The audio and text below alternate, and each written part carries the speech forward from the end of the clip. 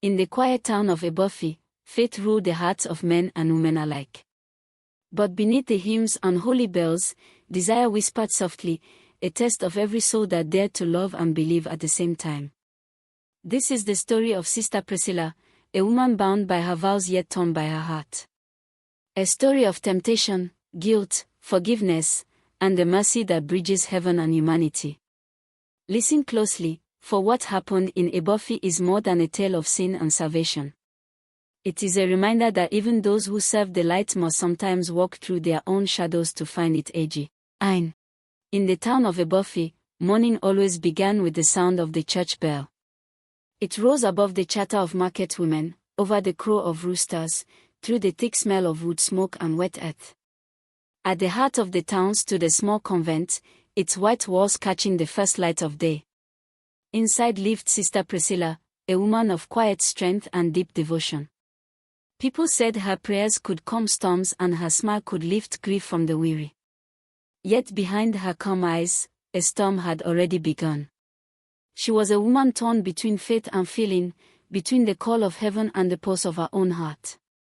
Every morning she taught the children of Ibafi to read, to sing hymns, and to write their names in careful letters. Every evening she tended to the sick, carrying baskets of herbs and oil through the dusty roads. The townspeople trusted her as they trusted rain to return after drought. Among those she helped was a young woman named Elemo, whose husband Chidi often came to the convent seeking prayers for work and peace in his home. He was handsome, restless, a man who once dreamed of leaving Ibafi to find fortune in the city. Priscilla saw in him a spark she could not name, something both dangerous and familiar. One evening, after choir practice, Chidi lingered in the courtyard. The moon was high, and the sound of crickets filled the silence between them. He thanked her for her prayers, his eyes holding hers a moment too long. She felt her heartbeat quicken, her breath catch.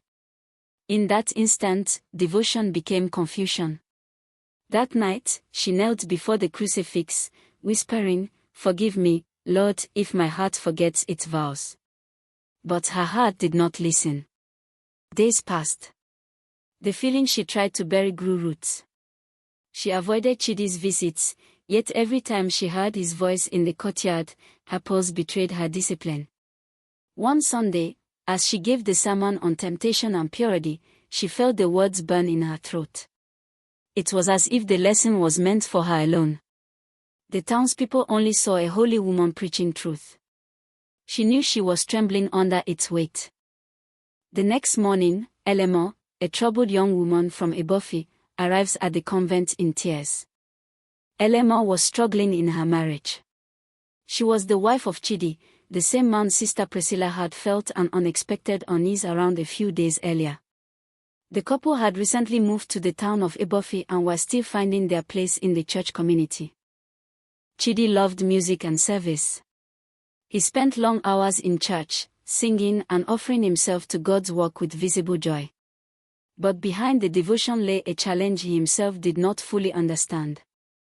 Chidi lived with a condition called CSB, compulsive sexual behavior, a situation where a man is highly sexually active, becoming a heavy burden for his wife.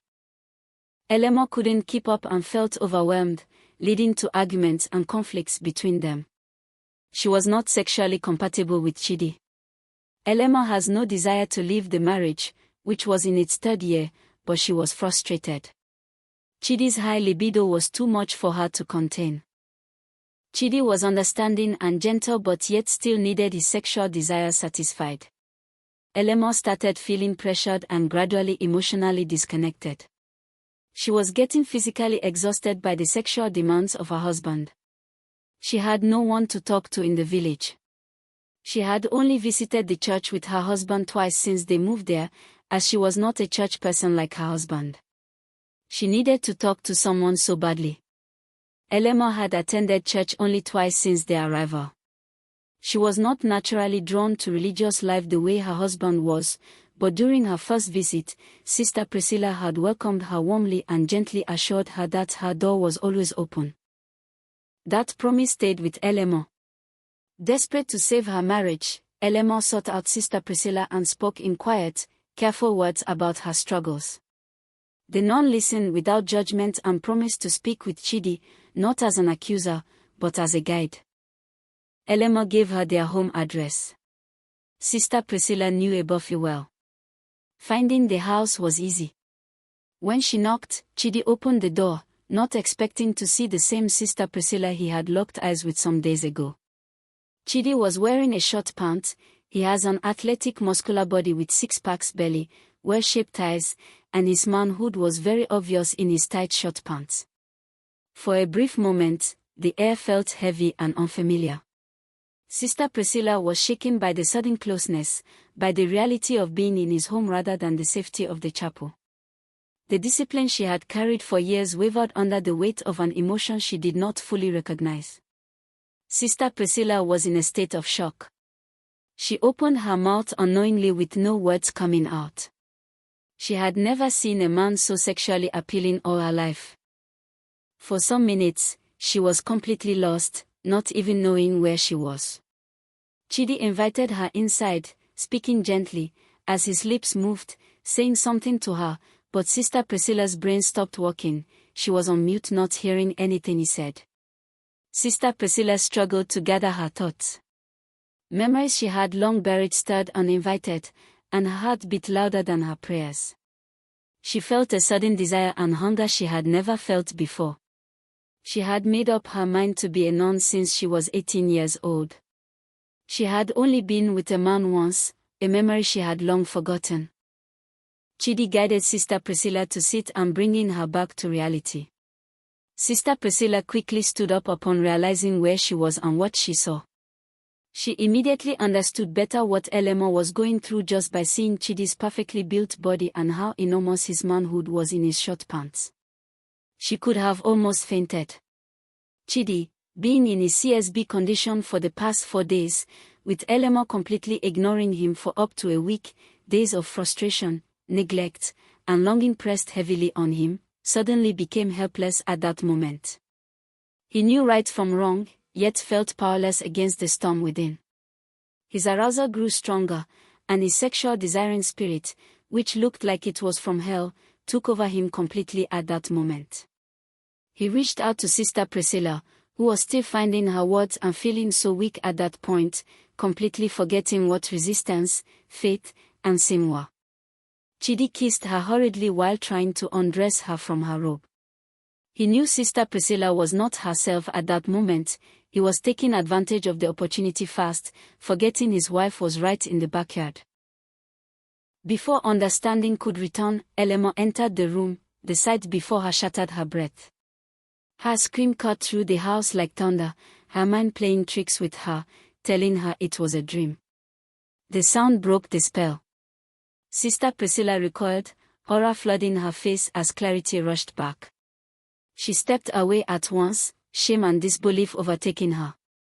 Without waiting for explanation, she pushed Chidi away, gathered herself and fled the house, her heart breaking under the weight of what had occurred. She suddenly realized that she was still confused about what had just happened. This was the worst day of her life and the darkest moment of her calling. And for Elemo, it was the moment her silent suffering was finally seen, but at a devastating cost. Outside the convent, news spread fast, fed by anger, misunderstanding, and idle ears. Elemo had gone to the convent to report what Sister Priscilla had done. She was bitter and troubled. When Elemo left, the convent felt empty. Even the pigeons on the roof seemed to mourn. That night, Priscilla dreamed of a wide white river. Across the river stood a man in a brown robe. He called to her, "Come across." "But I cannot swim," she said. He smiled sadly. "Then confess, and the river will part." When she awoke, she knew what she must do. On Sunday morning, she knelt before Father Basil, her hands trembling. "Father," she said softly, "I have carried a burden and sinned against God and poisoned my service. An act and desire that almost made me forget who I am." He listened in silence. When she finished, he spoke gently. "Even the purest vessel gathers dust, sister. Confession is the cloth that cleans it. Her tears fell freely. When her confession was done, Father Basil gave her penance, 7 days of fasting and service at the orphanage in town. "You are not fallen," he told her. "You are reminded." Sister Priscilla left the chapel lighter than she had felt in months. Yet forgiveness was not freedom, it was a journey she had only begun. The orphanage was loud and chaotic, filled with children's laughter and tears. She poured herself into the work, feeding, washing, teaching. A little girl named Adis drew her a picture of a woman standing by a river with sunlight breaking over her. "Who is this?" Priscilla asked. "You," the girl said. "And God is the light." That night, Priscilla wept again, but this time from gratitude. Grace, it seemed, still knew where to find her. But Ibafi was not done with its stories. Within a week, gossip spread again like harmattan fire. Some said Priscilla had actually casted a spell on Eleanor's husband. Others whispered that she had broken her vows and the convent should ban her from the town. Few cared for truth. Gossip, in Ibafi, was a kind of theater, and everyone wanted a seat. At the village market, Mama Ngozi sighed, "They forget she prayed for our sick, built our well. Now they measure her by one misdeed." Still, the stories grew until they reached the bishop's office at the state level. One afternoon, Priscilla walked through the town square, head lowered. Traders hushed their voices, pretending to arrange tomatoes. The air itself seemed to hum with judgment. That night she told Mother Superior, "I will not defend myself with words. Let my deed speak in time." The old woman nodded slowly. Truth is like palm oil, no matter how deep it sinks, it will rise to the surface. Eleanor heard the same whispers. Each one pierced her like a thorn because of what she had said. Eleanor had told the convent that she caught Sister Priscilla having sex with her husband. Eleanor had lied out of the bitterness in her heart, but would you blame her? If she didn't enter the room, maybe the actual deed could have happened. This was the truth Sister Priscilla was searching for. That unfortunate day, Chidi had only kissed Sister Priscilla and nothing more. But one evening, her husband Chidi spoke softly. "Eleanor, I know I have not been faithful and I have hurt you deeply, but I did not betray you. The sister only tried to help me. She had started to talk to me about the issue in our marriage before I suddenly kissed her. The weakness was mine." Tears filled Eleanor's eyes. "Then why does she suffer alone?" "Because that is what righteous people do," he said. "They shield others from the fire they did not start." The next morning, Eleanor brought food and water to the convent. She left them quietly at the gate. When Priscilla found the basket later, she understood, forgiveness had begun without words. 2 days later, a letter arrived from the bishop. Priscilla was to appear before the council.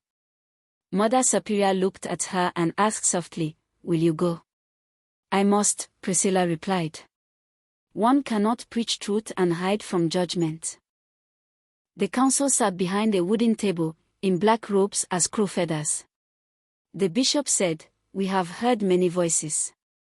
We wish to hear only yours." Priscilla told them everything, not scandal, but struggle. The temptation, the guilt, the confession and the act. When she finished, silence filled the hall. Finally, the bishop said, "Discipline is mercy wearing stem clothes. You will leave Ibafi for a year's retreat in Nsaka. There, you will pray, teach, and heal." Priscilla bowed her head. "As God wills." On the morning of her departure, half the town gathered by the station. Some came from curiosity, some from pity, and a few from love. Eleanor stood beneath the old mango tree, holding a small bouquet of hibiscus flowers. She has found a miraculous way to forgive Sister Priscilla for her betrayal. This was indeed the forgiveness Sister Priscilla needed, replacing the truth. The road to Nsaka was long and quiet. The bus wound through farmlands and hills, past rivers that shimmered like glass under the sun. Sister Priscilla sat by the window, her rosary turning slowly between her fingers. Each bead felt like a heartbeat, a memory, a prayer for home. When she arrived, the convent at Nsaka stood on a hill surrounded by tall mango trees. The sisters there welcomed her with soft smiles and warm soup. Life in Nsaka was simple: morning prayers, teaching children, tending gardens. It was a rhythm that healed slowly, like rain softening dry earth. Yet sometimes, when the wind carried the scent of palm oil and burning wood, she thought of Ibafi, of the dusty roads, of Elemo's tears, of Chidi's letter she had burned but never forgotten. Yes, you heard that right. Chidi has written a letter to Sister Priscilla expressing his feelings and seeking forgiveness at the same time. A secret Sister Priscilla kept and prayed it doesn't happen again. One afternoon, as she walked through the market to buy vegetables, she heard the faint beat of a drum, but it was uneven, broken. She followed the sound and found a small boy sitting by the roadside, trying to fix a torn drum skin. "What happened to your drum?" she asked. "It fell," the boy said sadly. "Now it won't sing anymore." She knelt beside him, helping him tighten the strings. "Sometimes, when something breaks, it learns a new song," she said gently. The boy smiled. "Will you come to hear it when I fix it?" "I will," she promised. That evening, she returned to the convent with a lighter heart. It had been months since she had smiled without effort. Over time, she became loved in Nsaka, not as the woman who had fallen, but as the woman who understood. The villagers came to her with their sorrows, and she listened with patience born of her own pain. One day, a letter arrived. It was from Elemo. The handwriting trembled like a leaf in the wind. "Mother Priscilla," it began. "The rains have returned to Ibafi. The well you blessed has not run dry. Chidi and I are at peace now, and our marriage have grown stronger. The town speaks of you less with judgment, more with longing. They say grace walked away but left its footprints on our soil. Come home when you can. Ibafi misses you." Priscilla read the letter 3 times. Her eyes filled with quiet tears. She placed it inside her Bible, next to the psalm that said, "He restoreth my soul." Months passed, and seasons changed. The boy with the drum learned to play again. Sometimes, when Priscilla walked to evening prayers, she would hear his rhythm echo across the valley, steady, strong, alive. Then, one morning, another letter arrived. This time from the bishop. "Your year of retreat has ended," it said. "Return to Ibafi. The people await your blessing." She held the paper for a long time. Her hands trembled, but her heart was calm. When she finally returned to Ibafi, the town looked both familiar and new. Children ran through the square, calling her name. The same market women who once whispered now came forward with smiles and gifts of yam and oranges. Mother Superior, older and frailer now, embraced her. "The river you crossed has brought you home," she said. Priscilla looked around, the chapel, the streets, the faces she had missed. The air smelled of rain and rebirth. She began teaching again, her voice stronger than before. Her sermons no longer came from discipline but from compassion. She spoke of grace, how it could turn ashes into gardens, how even broken hearts could still beat in tune with heaven. Chidi and Elemo met with Sister Priscilla. When the service ended, they approached her. Elemo placed a small carved cross in her hand. "This is from us," she said, "for reminding us that faith is not the absence of weakness, but the courage to rise again." Chidi also asked for forgiveness from her and explained how he battled a life-threatening sickness that almost took his life. They now have a new baby, named Temi. Sister Priscilla smiled, tears shining in her eyes. "And for teaching me that love, when it is pure, does not destroy, but restores." As the sun set over Ibafi, the church bell rang again, the same bell that had once marked her soul now echoed with hope. That evening, Priscilla stood outside the chapel, watching the sky turn gold and crimson. The people of Ibafi walked past her, greeting her with warmth and respect. Children laughed in the distance. The wind carried the sound of drums, not broken, not mournful, but alive. She whispered to herself, between flesh and faith, there is mercy. And mercy is enough. And with that, she turned toward the chapel, her heart light, her spirit whole, and her story complete.